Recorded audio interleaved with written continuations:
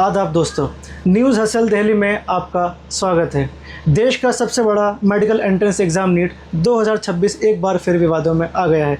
चाहे वह paper leak का मामला हो, छात्रों का गुस्सा हो या सोशल मीडिया पर हो रहा विरोध प्रदर्शन हो, इन सब ने देश की शिक्षा व्यवस्था पर एक बड़ा सवाल खड़ा कर दिया है। इस वीडियो में हम इस पूरे मामले को समझने की कोशिश करेंगे।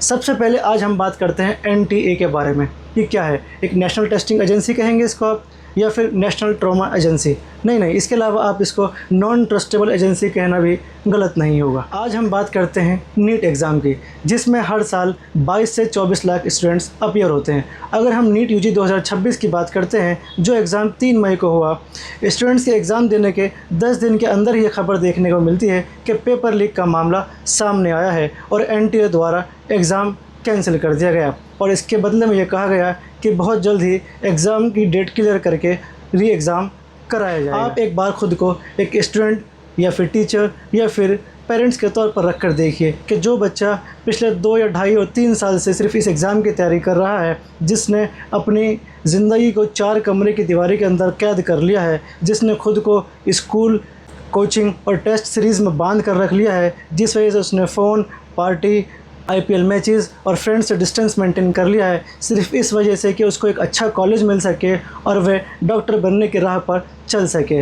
लास्ट में उसको क्या देखने को मिलता है कि जिस एग्ज़ाम की वो तैयारी बहुत लगन के साथ कर रहा था, उसको एग्ज़ाम कैंसिल सुनाई देने लगता है। और इसका क्या असर होगा, इसके ऊपर क्या अकाउंटेबिलिटी ली जाएगी, इसका ज़िम्मेदार कौन होगा? हमारे देश में पेपर लीक का मामला एक त्यौहार की तरह दिखाई देने लगा है। आपको याद होगा साल 2024 में भी नीट का एग्ज़ाम इसी तरीके से विवादों में था। अगर आप अपने फैमिली मेम्बर से कहने लगें कि इस साल दिवाली के मौके पर पिछले साल दिवाली की मोमबत्तियों को इस्तेमाल कर लिया जाए, तो ये बात बिल्कुल अजीब नहीं लगेगी। लेकिन अगर आप ये बात मीडिया हाउस से एक्सपेक्ट करने लगे कि वह 2026 में 2024 में बनाई हुई स्क्रिप्ट को इस्तेमाल कर लें या उन्हें वीडियो को दोबारा से री-अपलोड कर दें, तो ये बात ख़राब स्थिति को दर्शाती है। अगर हम बात सिर्फ NTA की ही करें, तो इसमें सिर्फ नीट UG के ही नहीं, बल्कि इसके अलावा भी कई लाख स्टूडेंट्स इसके साथ जुड़े होते हैं जो एग्ज़ाम देते हैं।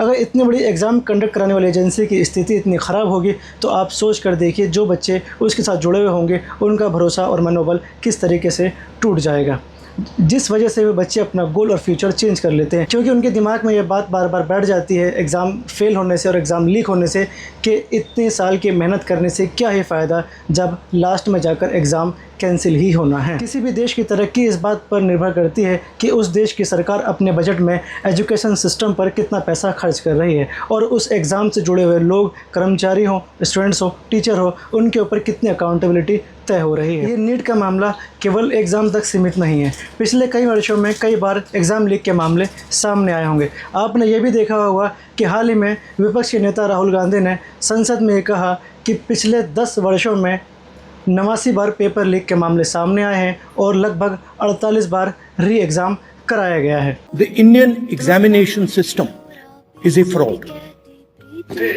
That is what is at stake here. Millions of people believe that if you are rich